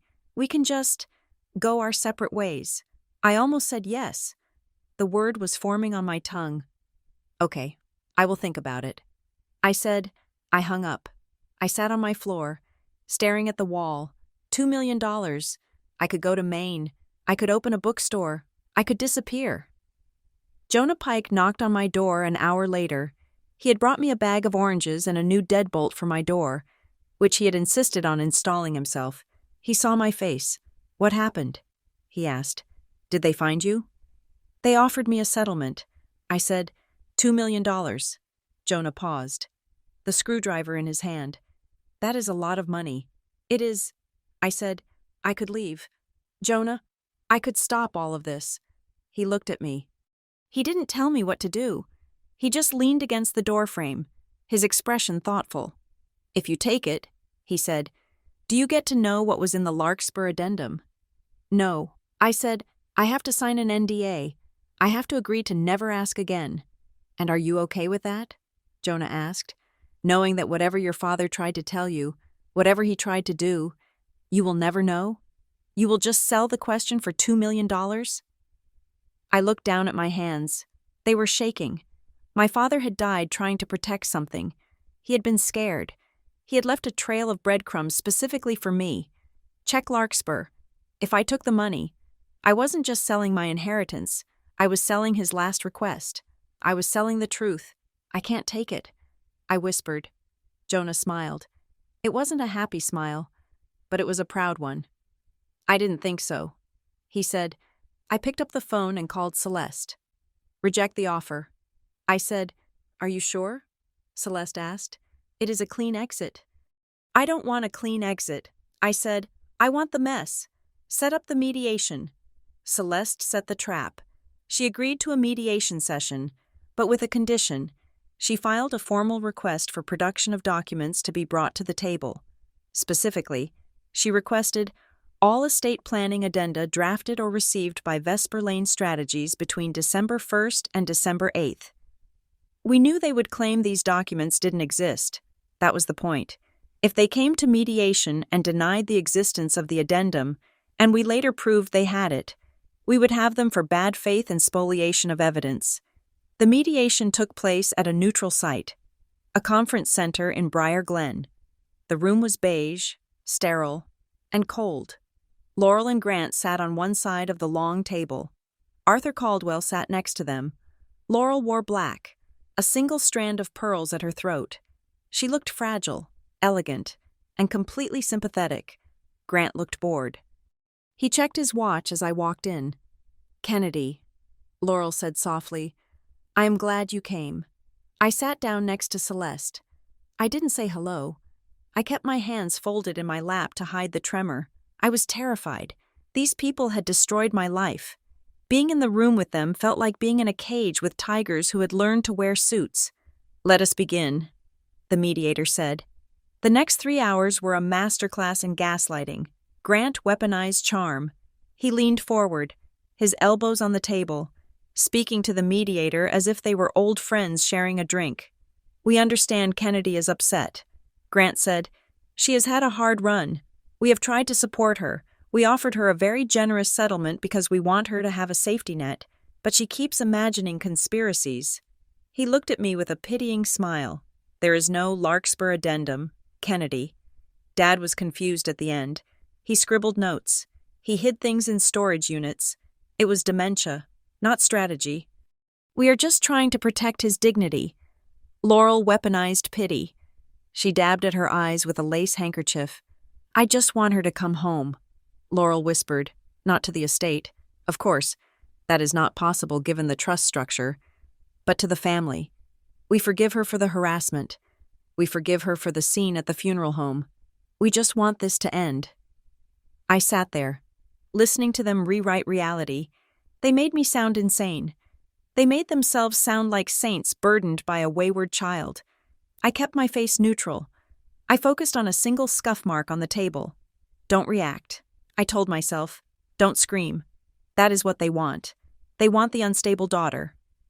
Celeste spoke up. Her voice was like a razor blade, thin and sharp. We have requested the production of the file labeled Larkspur Addendum, delivered to Mr. Caldwell's office on December 8th. Celeste said, Arthur Caldwell didn't blink. As we have stated in our affidavits, no such file exists. The courier log was a clerical error. The package contained marketing materials. You are denying on the record that Thomas Evans authored an amendment to his trust? Celeste asked. I am, Caldwell said. I looked at him. I looked at the man who had looked my father in the eye for 20 years. He lied with the ease of breathing. We were done. They had walked into the trap. We ended the session. We walked out to the parking lot. I felt nauseous. They are so good at it. I said to Celeste, they almost convinced me that I'm crazy. That is why they win. Celeste said, but they just lied in a mediation proceeding. Now we nail them. When I got back to my car, my phone buzzed. It was a secure message from Priya. I remembered something else. The message read, I didn't just see the cover of the folder. I saw the first page. The courier dropped it when he was weighing it. I saw the text. I called her immediately. Priya. I said, what did it say? Her voice was shaking on the other end. It wasn't just about money. Kennedy, it was an amendment to the trustee succession clause. What does that mean? It said that upon any verified finding of fraud or financial malfeasance by the primary trustee, Laurel, She was to be immediately removed, and the successor trustee was named, "Who?" I asked, though my heart was already pounding. "You," Priya said. "Thomas named you Kennedy Evans. For the protection of beneficiaries." I closed my eyes. He hadn't cut me out. He had put me in charge of the failsafe. "And Kennedy," Priya added, "the beneficiaries aren't just the family. The trust underwrites the Kincaid Group Employee Pension Fund."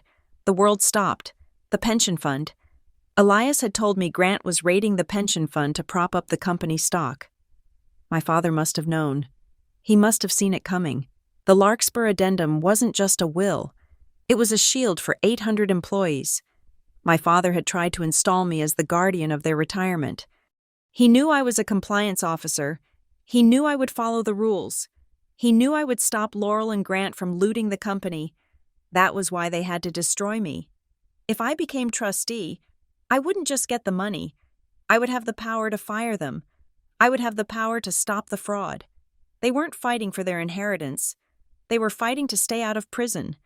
The empire was propped up by moral hazard. They were gambling with the lives of receptionists, construction workers, and drivers, and my father had tried to stop them. I hung up the phone. The exhaustion vanished. The temptation of the $2 million evaporated like mist. This wasn't about me anymore. I drove to Celeste's office. I didn't sit down. "We are not waiting for the lawsuit." I said, "Kennedy." Celeste started. "No." I said, "I know what my father wanted. He wanted to protect the beneficiaries. The employees are the beneficiaries. And right now, their pension is being used to fake a balance sheet." I pulled out the documents, the Elias memo, the metadata, the courier photo, the timeline. "I am sending the notification package," I said, "to the lenders, to the state financial regulator, to the pension oversight board. If you do that," Celeste said quietly, "the Kincaid Group will default. They will likely file for bankruptcy protection within 48 hours. The stock will go to zero." "I know." I said, "but the pension fund might be saved if the regulators step in now, before Grant drains the rest of it." Celeste looked at me. She put down her pen. "You are acting as the trustee," she said. "Even without the title, you are doing the job he gave you." I sat down at her computer. We spent 3 hours drafting the email. It had to be perfect. It had to be unemotional. It had to be undeniable. Subject: Notice of Material Covenant Breach and Fiduciary Misconduct. Kincaid Group. I attached the proof of the related party transaction. The consulting fee to Grant's shell company. That was the kill switch. A lender cannot ignore undisclosed payments to an owner. It triggers an automatic default. I attached the proof of the valuation fraud on Baystone Plaza. I attached the metadata showing Vesper Lane drafted the estate documents. I verified every attachment. I checked every date. I was a compliance manager, and this was the most important audit of my life. I looked at the cursor hovering over the send button. I thought about the gala, the cold stares, the binder.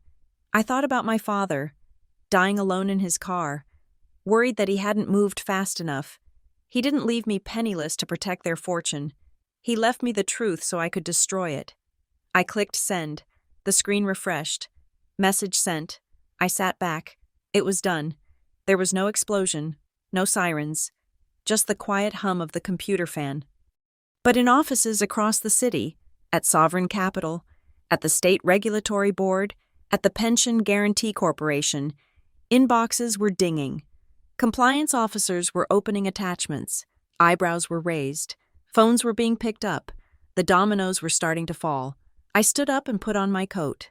"Where are you going?" Celeste asked. "To get some sleep." I said.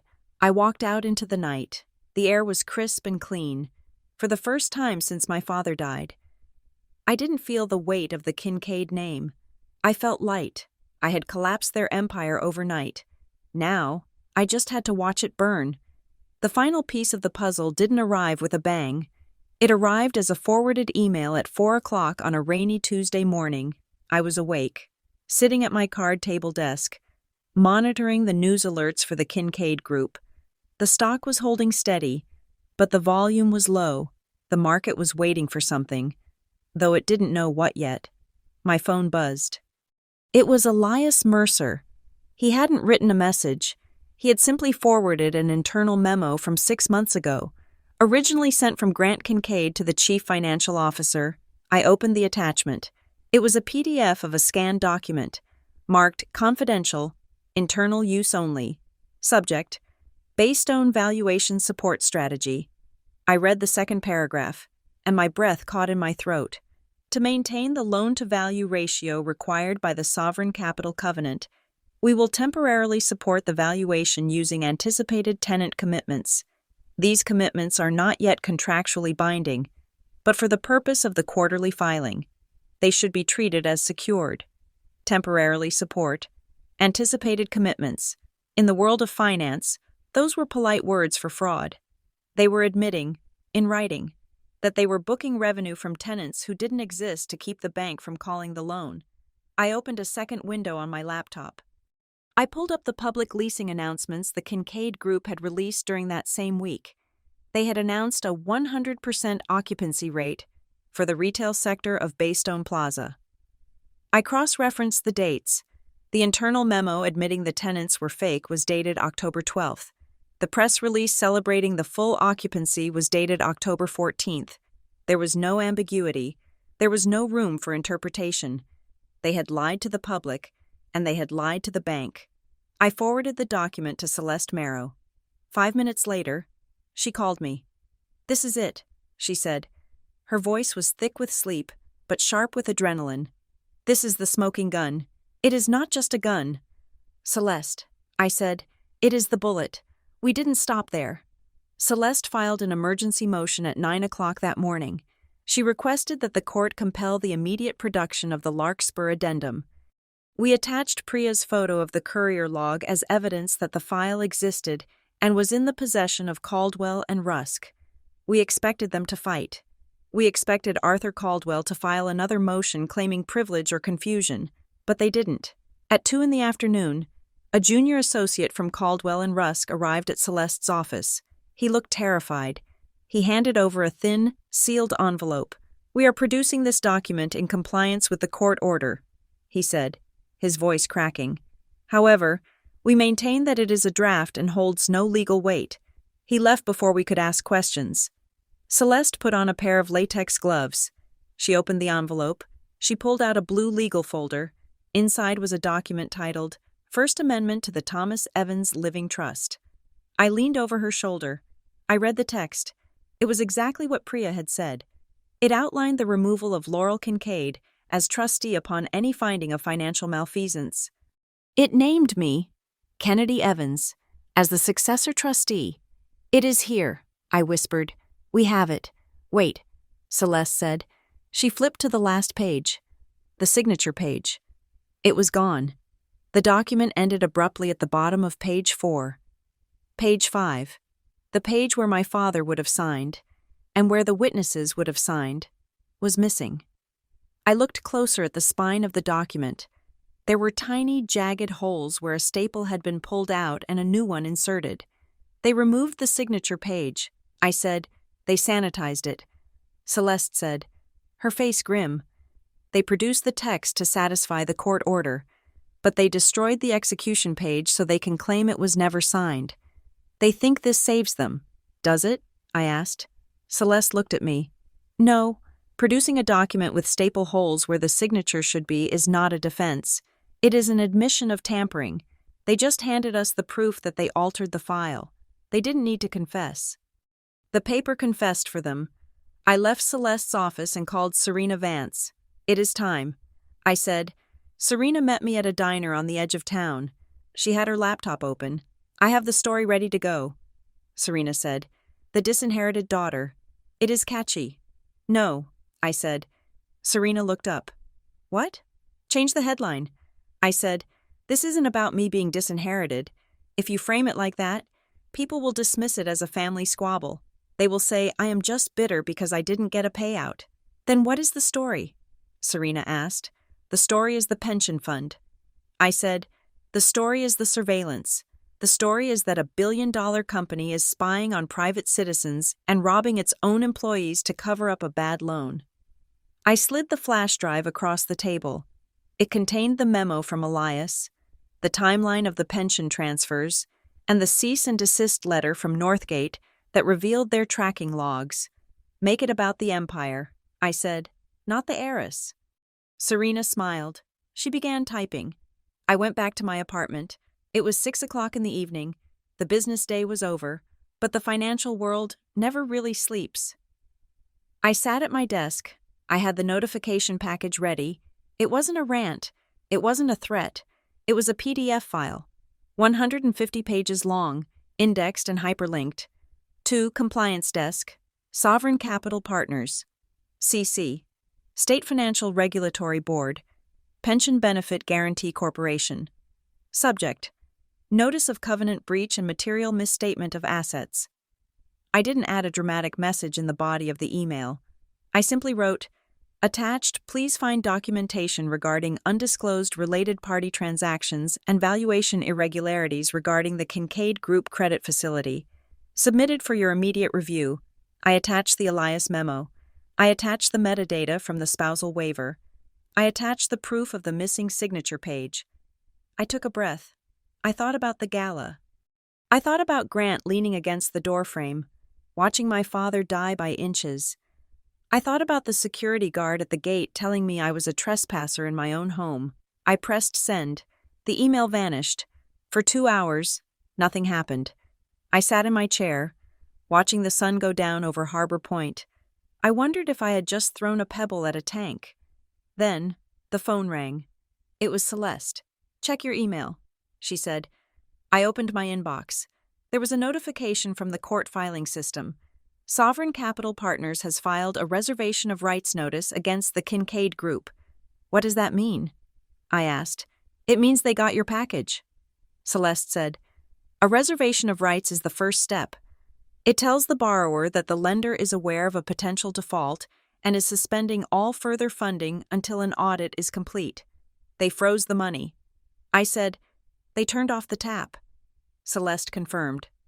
The next morning, the physical world caught up to the digital one.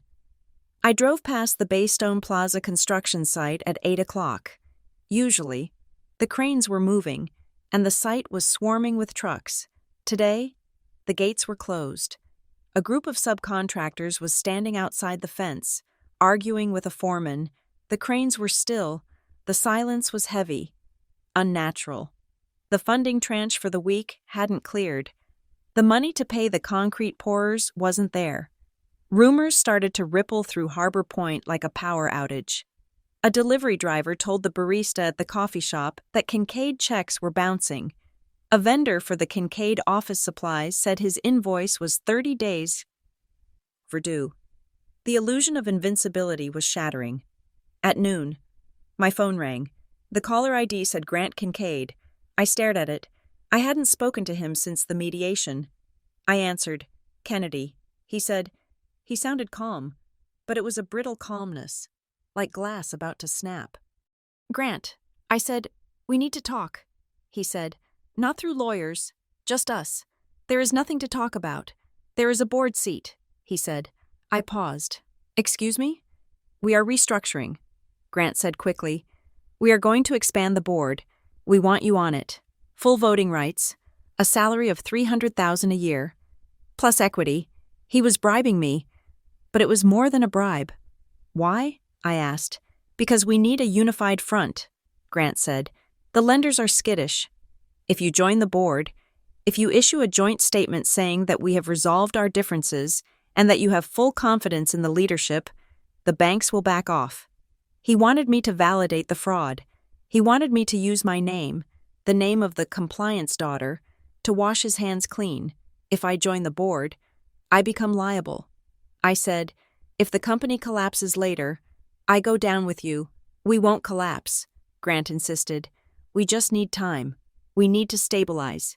Kennedy, be reasonable. Do you want to destroy everything Dad built? You destroyed it.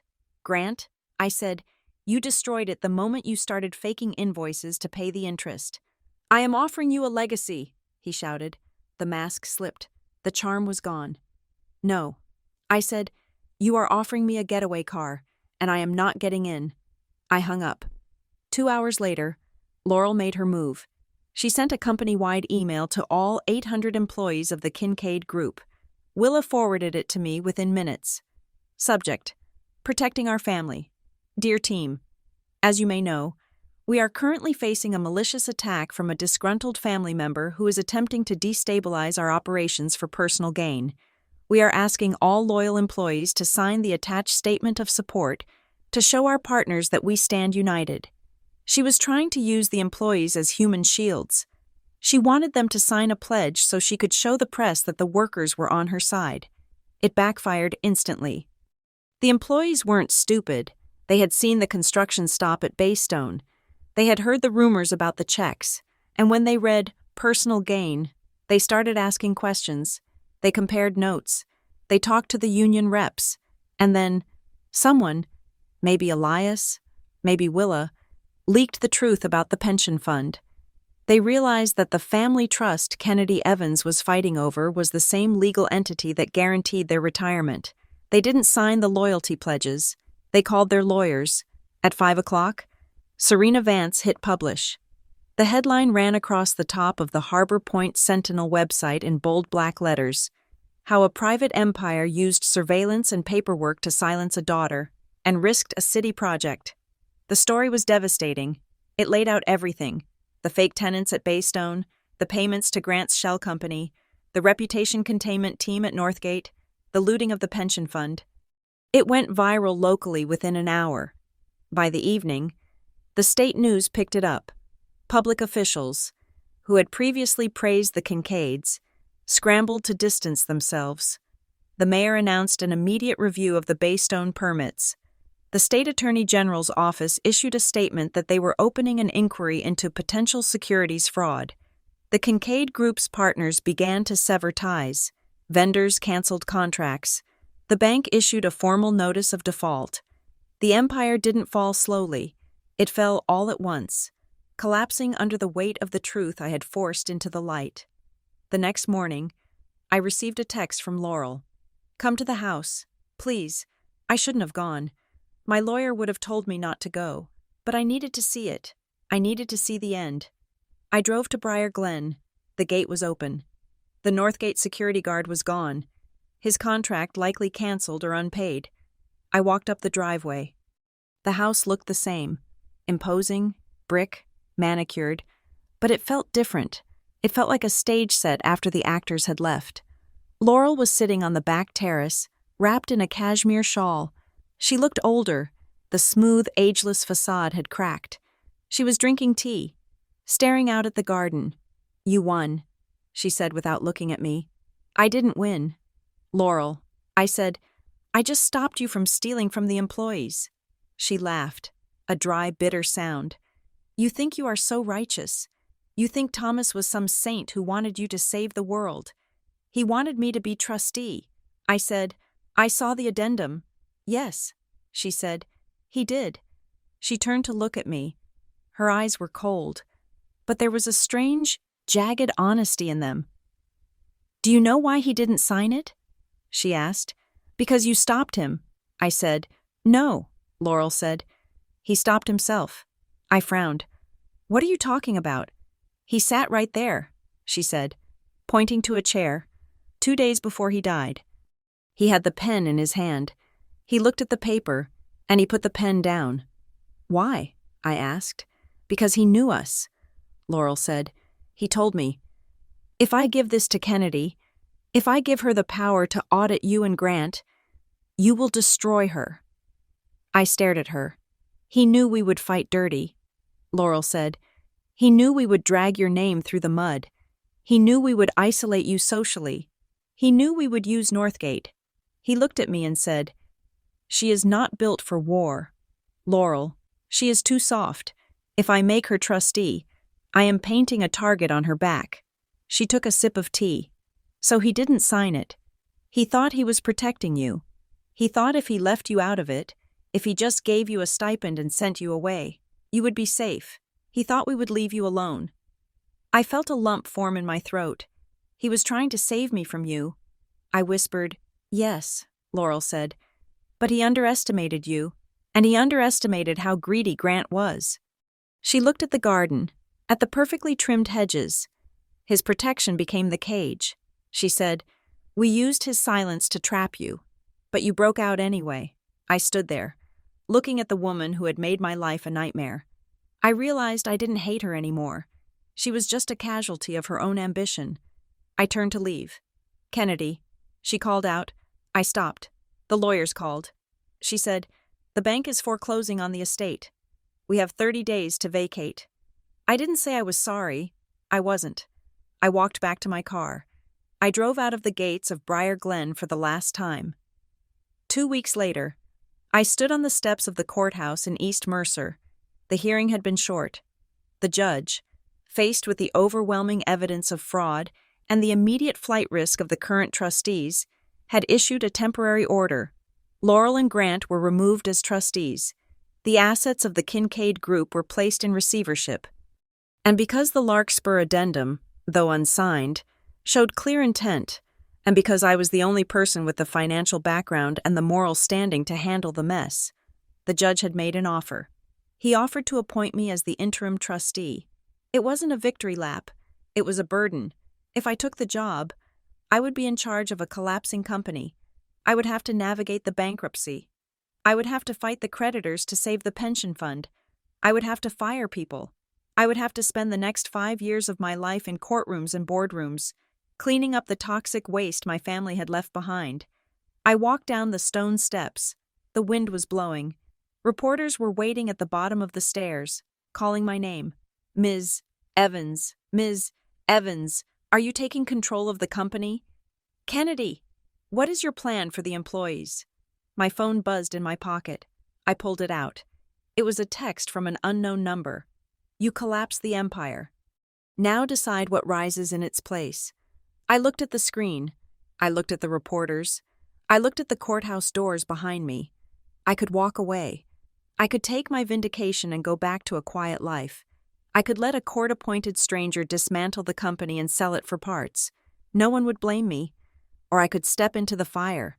I could try to save what was left. I could try to be the person my father was too scared to let me be. I didn't answer the text. I didn't answer the reporters. I slid the phone into my pocket. I buttoned my coat against the cold. I turned away from the cameras, looking toward the parking lot, toward the city skyline, where the Baystone cranes stood silent against the gray clouds. The empire was gone. The silence was mine. And for the first time, I knew exactly what silence sounded like. It sounded like a choice. I started walking. Thank you so much for listening to Kennedy's story. I hope you enjoyed this journey of justice, resilience, and the power of the fine print. It has been a privilege to write this revenge story for you. I would love to hear from you. Please leave a comment below telling me where you are listening from and what you thought of Kennedy's final decision. Did she make the right call? If you enjoyed this story, please subscribe to Revenge Stories for more tales of betrayal and retribution. Share your thoughts in English in the comments section. I read every single one. Until next time, keep your receipts.